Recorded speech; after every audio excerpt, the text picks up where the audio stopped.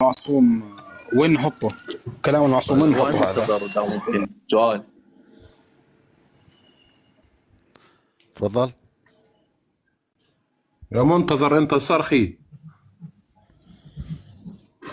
صار له هواي منتظر يقول لك شيخنا لا ممكن سؤال. اي انت صرخي ولا شيعي فقط وبعدين اسال.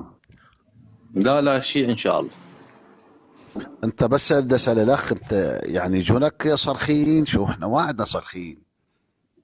يا حبيبي اقعد شوي وتشوف هجوم الصرخية. شيخنا نطلب اصول البخاري لان هي ما يجوكم لانكم من رحم واحد.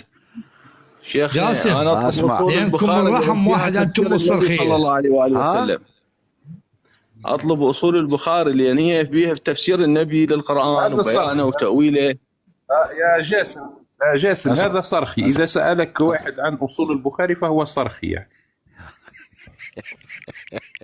انا اعطيك معلومه والله تعال اقول لك يعني البخاري ليش الحديث اللي عليه.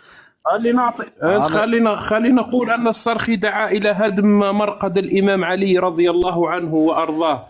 سعوف مرقد الامام علي، احنا نريد اصول البخاري. ما اعوف